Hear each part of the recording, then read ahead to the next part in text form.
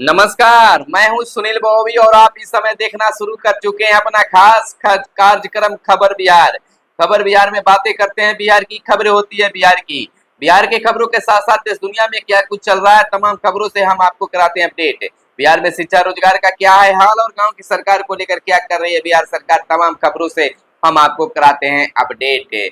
बिहार के मुख्यमंत्री नीतीश कुमार दिल्ली गए और दिल्ली से वापस भी आ गए। प्रधानमंत्री गृह मंत्री से मिले, क्या कुछ राजनीतिक एजेंडा हुआ है तैयार, या खुलकर सामने आएगी बात। आपको बता दें, आज का दिन खास दिन है। जिस घड़ी का इंतजार था, जिस दिन का इंतजार था, वो समय आ गया।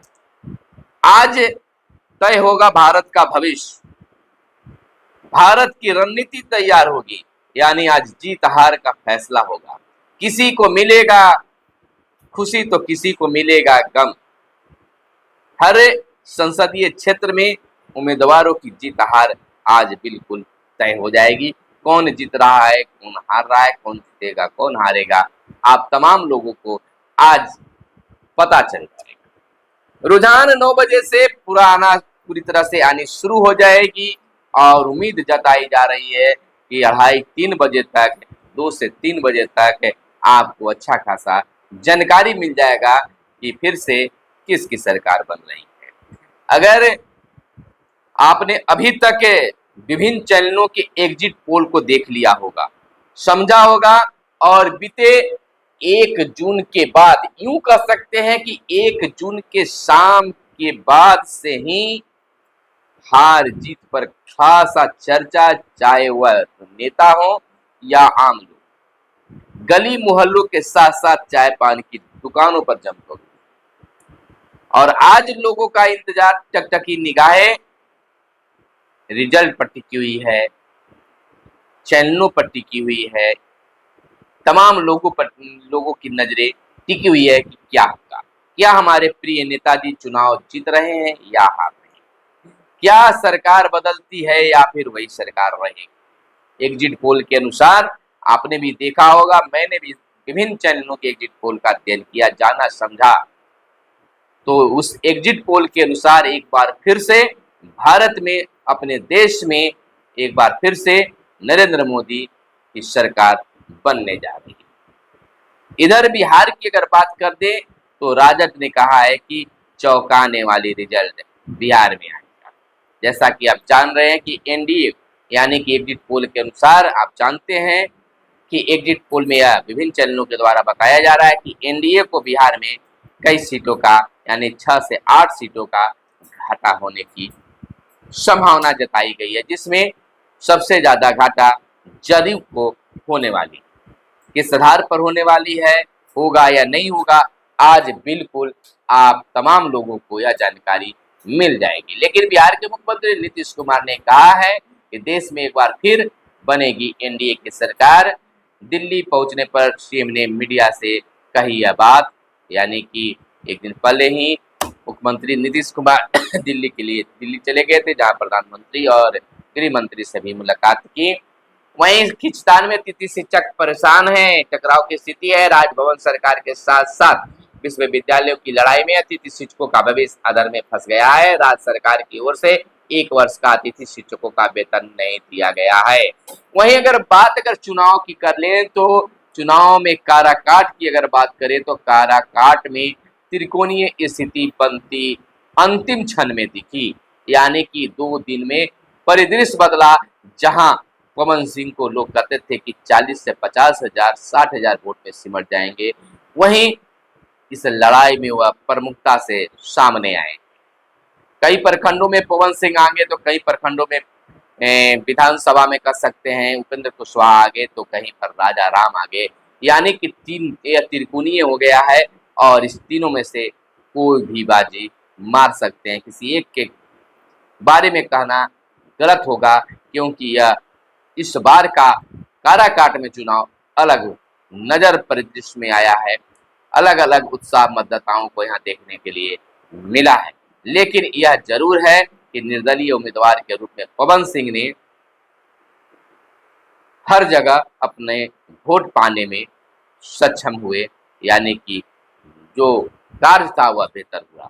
इधर नया शैक्षणिक सत्र अगस्त से पहले सप्ताह से 15 से 20 तक CUET यूजी का रिजल्ट भी जारी किया जाएगा। इधर बिहार के नियोजित शिक्षकों को फिलहाल स्कूल आवंटन के लिए इंतजार करना होगा। सक्षमता परीक्षा पास शिक्षकों को फिलहाल और इंतजार करना होगा और इधर सक्षमता परीक्षा 2 देने वाले नियोजित शिक्षकों को भी इंतजार करना होगा। ऐसा माना जा रहा है कि चाहे तो 4 जून के बाद 1 सप्ताह के अंदर में इन चीज़ों पर तेजी से काम होंगे और नहीं तो फिर से यह कार्य नियोजित शिक्षकों के लिए लटक जाएगा और भटकता हुआ भी दिखने लगेगा। वहीं राजधानी पटना की हवा सुथरी, सितंबर तक रहेगी राहत। पटना के 6 प्रमुख स्थानों पर वायु गुणवत्ता सूचकांक समान श्रेणी में रहा। सुबह में बारिश होने और आर्द्रता बढ़ने से हवा में धूल कण की मात्रा हुई कम। आपको बता दें कि मानसून का समय आते ही बिहार में हवा की गुणवत्ता में सुधार होने लगा है। बिहार में अभी मानसून का प्रवेश नहीं हुआ है, लेकिन इससे पहले ही बीते दिन को राजधानी में वायु प्रदूषण में काफी सुधार देखा गया। शहर के 6 प्रमुख स्थानों पर वायु गुणवत्ता सूचकांक संतोषजनक और सामान्य स्थिति में श्रेणी में पहुंच गया है। जून से सितंबर तक पटना के लोगों को वायु प्रदूषण से राहत मिलने की उम्मीद है। वहीं आपको बता दें कि आज बिहार के कई जिलों में बारिश और आंधी पानी आने की भी संभावना जताई गई है। इधर स्नातक के परीक्षा फॉर्म अब 5 जून तक भर सकेंगे। तो यहाँ परीक्षा स्नातक के जो है वीर कुंवर सिंह में, वहीं तीसरे चरण की शिक्षक बहाली की परीक्षा 27 से संभव बताया जा रहा है। तीसरे चरण की शिक्षक बहाली की परीक्षा 27 से संभव है। आपको बता दें कि इस बाबत में बिहार लोक सेवा आयोग ने शिक्षक बहाली के तीसरे चरण की परीक्षा की तारीख में बदलाव किया है। जानकारी के अनुसार यह परीक्षा 27 से 30 जून के बीच एक पाली में निर्धारित की गई है। इससे संबंधित पत्र सभी जिलाधिकारियों को भेज दिया गया है। सभी से 6 जून तक आयोग ने परीक्षा के आयोजन के लिए सेंटर की स्थिति स्पष्ट करने के लिए कहा है। वहीं भंवर पोखर की मलिन बस्ती में निगम बनाएगा स्मार्ट बाजार। राजधानी के यानी कि पटना के निगम की ओर से बनाया जाने वाला यह पहला स्मार्ट बाजार होगा। 50 दुकानों के साथ 30 कमरों का होगा निर्माण, पार्किंग की भी सुविधा होगी। स्मार्ट बाजार के साथ 30 परिवारों के रहने की भी होगी यह व्यवस्था।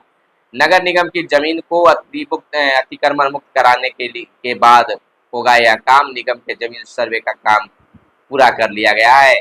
पटना का अधिकतम पारा 4 दिनों में 6.5 डिग्री सेल्सियस नीचे गिरा। पूरे बिहार में लोगों ने अब गर्मी से राहत की सांसें लेनी शुरू कर दी है। इधर बिहार के 33 जिलों में 40 मतगणना केंद्र बनाए गए हैं।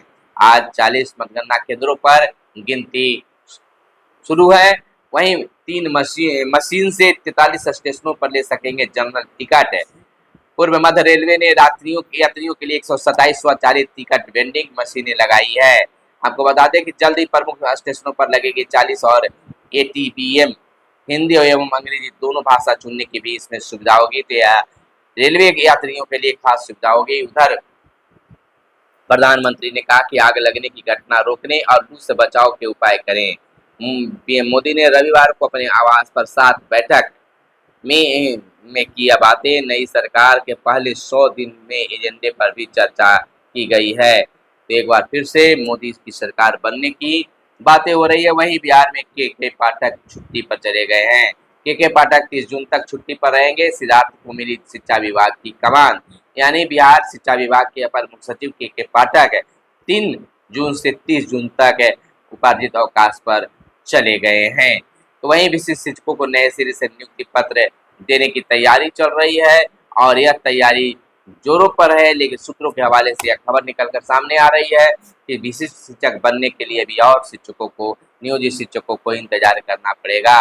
इधर हेल्पलाइन ऐप पर भी मिलेंगे परिणाम। आयोग का कहना है लोकसभा चुनाव परिणाम के साथ आंध्र प्रदेश और उड़ीसा विधानसभा चुनावों के भी नतीजे आएंगे।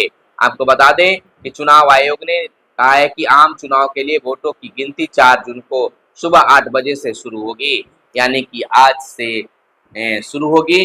मंगलवार को ही आंध्र प्रदेश और उड़ीसा विधानसभा के साथ साथ विधानसभा क्षेत्र के उपचुनावों के लिए भी वोटों की गिनती होगी, यानी कि 8 बजे से गिनती शुरू होगी। 9 बजे से रुझान भी आना शुरू हो जाएगा और बताया जा रहा है कि 12 बजे तक कई संसदीय क्षेत्र का परिणाम भी आ सकते हैं। यानी कि कार्यों को तेज रफ्तार से किया जाएगा।